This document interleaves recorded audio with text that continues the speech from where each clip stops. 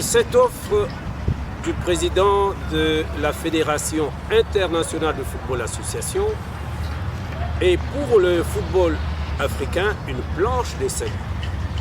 Et pour la République démocratique du Congo, c'est vraiment une perche tendue à un football qui s'est construit par la toiture juste au lendemain de son indépendance. Parce que si vous ne le savez pas, le football interscolaire n'est plus organisé en République démocratique du Congo. Et c'est là depuis plusieurs années. Et la jeunesse pratique ce que nous appelons un football de génération spontanée. Parce que le sport n'est plus organisé dans les structures scolaires et même universitaires. Donc, ce que le président de la FIFA offre aujourd'hui en Afrique, c'est une planche de salut qui doit lui permettre d'organiser son football à la base et d'avoir des jeunes qui vont pratiquer le football non seulement avec leurs pieds mais aussi avec leur tête. Donc je salue très chaleureusement, j'encourage et je soutiens et je me porte candidat à la contribution efficace pour la réussite de ce projet.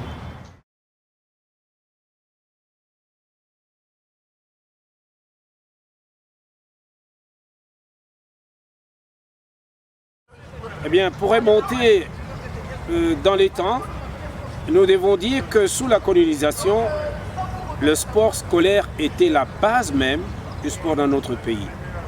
Et c'est ce sport qui a donné la base et l'héritage qui nous a permis d'avoir des succès sur le plan continental et même international. En effet, du temps colonial, c'était des missionnaires catholiques et qui s'étaient donné la mission de formation de l'homme sur le plan à la fois moral, intellectuel et physique. Et la pratique sportive était la première leçon qui a été dispensée aux Congolais. Et dans toutes les écoles primaires, secondaires et plus tard à l'université, la pratique du sport était obligatoire. Et l'éducation physique était considérée comme une matière aussi importante que toutes les autres matières scientifiques. Et tous les enseignants à l'école primaire devaient apprendre à dispenser des leçons d'éducation physique et de sport. Et on recrutait des initiateurs, des moniteurs de football parmi les enseignants. Et c'est ce qui a fait que chaque école devait disposer des infrastructures qui devaient permettre la pratique de football essentiellement, de l'athlétisme et d'autres disciplines faciles. C'était d'abord le jeu. Et la République démocratique du Congo s'est dotée de nombreuses infrastructures et de cadres qui étaient formés par la suite et aussi une farandole des pratiquants de qualité. Mais c'est au lendemain de l'indépendance que progressivement ou insidieusement, les Congolais ont commencé à occuper littéralement les installations, les infrastructures sportives.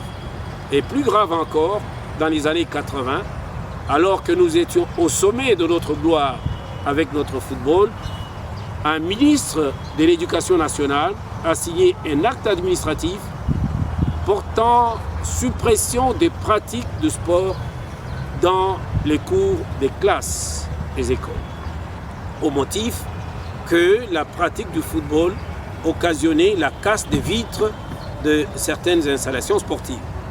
Voilà ce qui a en fait consacré l'avenir de notre football. Le football ne s'est pratiqué plus dans les milieux scolaires et même dans les interquartiers.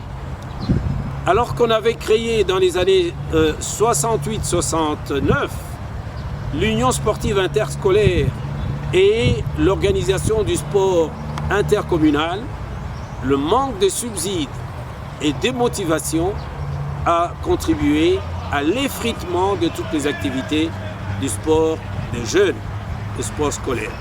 Voilà ce que nous pouvons dire, la destruction de la pratique du sport dans notre pays.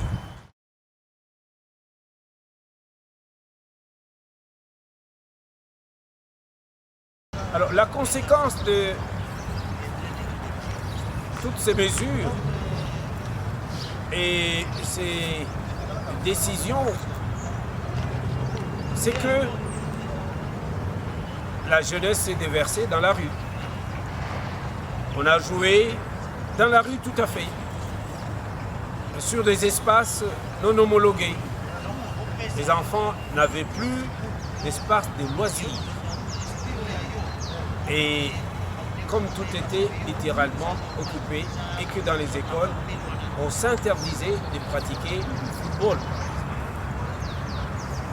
Voilà comment est née la génération spontanée de nos footballeurs, qui apprenaient sur le tas et au départ, pas sous l'encadrement des gens qui étaient formés, qui avaient la pédagogie, mais ils apprenaient comme ça. Et malgré cela, comme ils ont le don du football, ils ont commencé à le pratiquer. Mais quand on examine de très près, vous allez voir qu'en dehors de toutes les générations de 60 à 65 et de 65 à 70, eh bien, en dehors de cela, nous avons vu de jeunes gens qui avaient abandonné le cursus scolaire pour s'adonner à la pratique du football. Et vous comprenez la suite, c'est qu'ils jouent souvent avec leurs pieds et non pas avec leur tête.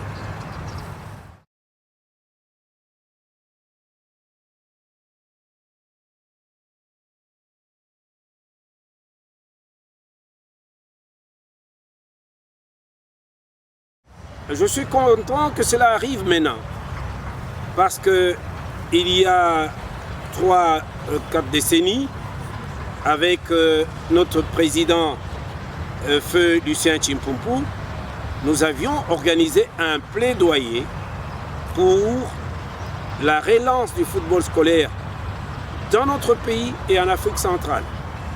Malheureusement, nous n'avions pas été entendus de cet homme. Et aujourd'hui, nous sommes fiers. Et nous constatons que le football est organisé d'une manière un peu désorganisée. On joue avec les juniors. Nous n'avons pas de professionnels qui sont consacrés par des textes légaux et nous sommes très rares dans les compétitions de juniors. Simplement parce que nous n'avons pas compris que d'une manière classique, le football a ses catégories. Il faut que la République démocratique du Congo se réorganise en fonction de la classification classique de la pratique du football. Pour ceux qui nous suivent, ils savent que chez nous, nous n'avons jamais entendu parler de footballeurs, de poussins par exemple, de benjamins, des minimes, des cadets avant d'arriver aux juniors. Simplement parce que les gens ne le savent pas. Que les poussins, ce sont des enfants que l'on prend à partir de 10 à 11 ans, et surtout à partir de 11 ans, et que ces enfants pratiquent un football à 7. Ils ne peuvent pas pratiquer le football à 11. C'est adapté à leur âge, à leur morphologie et à leur psychologie. Et ces enfants ne peuvent pas pratiquer le football à tout moment. Ils ont des entraînements 2 à 3 fois par semaine. Parce que pour eux, c'est d'abord un jeu.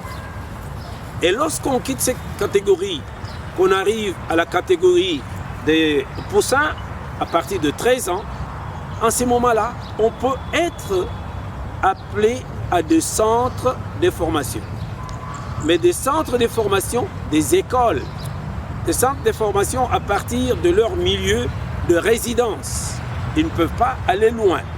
Et dans ces centres de formation, c'est là qu'on commence à détecter les valeurs de chaque enfant.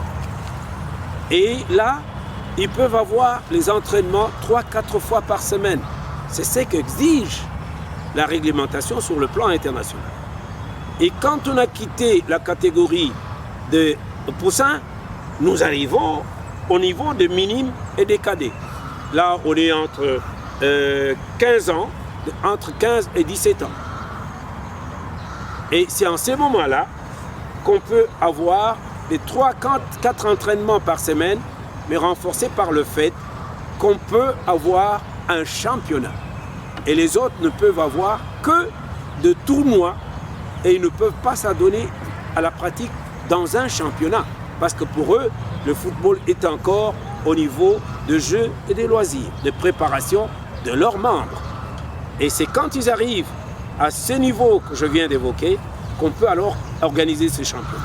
Ce championnat peut être d'abord au niveau même des structures scolaires ou interscolaires pour arriver à l'organisation provinciale ou régionale avant d'arriver au niveau des compétitions interprovinciales. C'est-à-dire que lorsqu'une province a déjà organisé les éliminatoires à ce niveau, à partir de ces écoles, on forme une sélection de chaque province. Et ce sont ces sélections provinciales qui vont s'affronter en compétition interprovinciale. Voilà comment nous pouvons finir par avoir une sélection des cadets et finalement de juniors en football, de jeunes. Ce n'est pas de l'improvisation, ça doit être graduel. Et c'est quand on arrive au niveau de junior et lorsqu'on a déjà le poids nécessaire corporel, on a la corpulence qu'il faut, on a l'impulsion cardiaque qu'il faut, on a l'endurance qu'il faut et qu'on a commencé depuis les cadets à utiliser le ballon qui a le poids nécessaire, qu'on pourra alors prétendre devenir des juniors et des seniors. Et quand on veut organiser cela, on crée une structure appropriée qui doit centraliser tout ce qui est réorganisation du sport interscolaire dans son pays.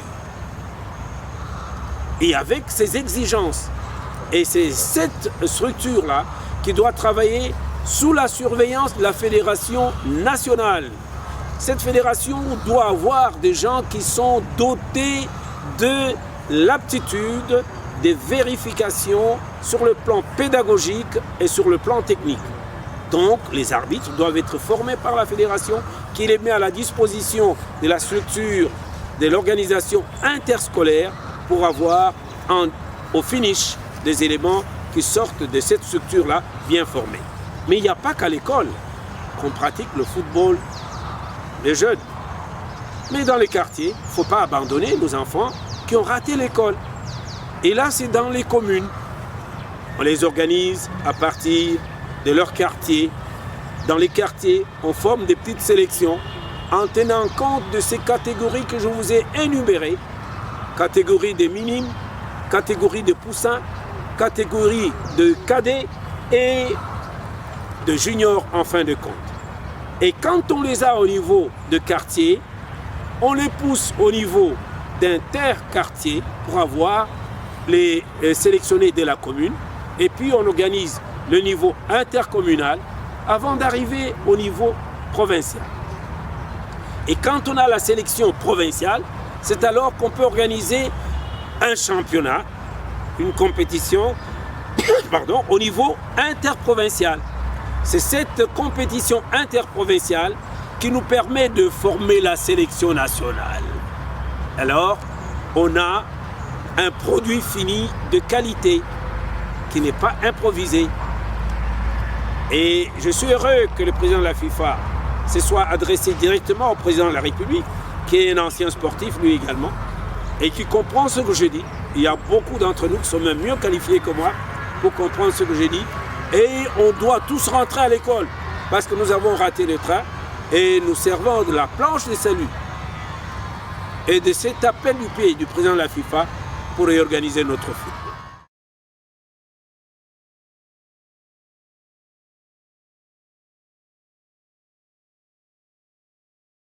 Alors schématiquement, si on veut rentrer dans ce que recherche le président de la FIFA, ce qu'il faut dans notre pays, il faut prendre un acte national, un acte administratif, qui rend obligatoire la pratique du football dans nos écoles.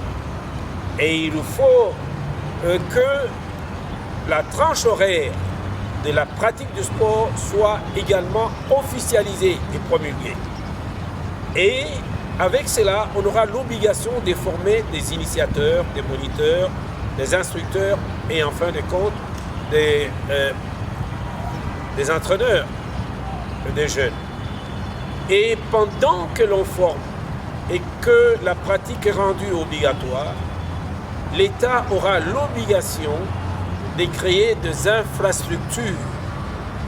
Il faut réhabiliter ce qui est défectueux, ce qui est en déliquescence. Il y a des écoles qui ont des installations dignes de ces noms, mais qui sont en déliquescence. Et il faut organiser dans les communes, là où on peut encore avoir des aires libres, il faut les organiser, les aménager à partir de la commune pour permettre à nos jeunes de pratiquer avec aisance. Au-delà des infrastructures, il faut maintenant penser à la formation des cadres qui doivent gérer ces compétitions-là. Les entraîneurs, les arbitres, les organisateurs. Il faut des managers pour cela. Et il faut aussi signer des conventions avec tous ceux qui s'adonnent à la formation des jeunes et à la pratique du sport pour qu'en fin de compte, les sponsors puissent s'intéresser à cette pratique. Ainsi, nous aurons une bonne base.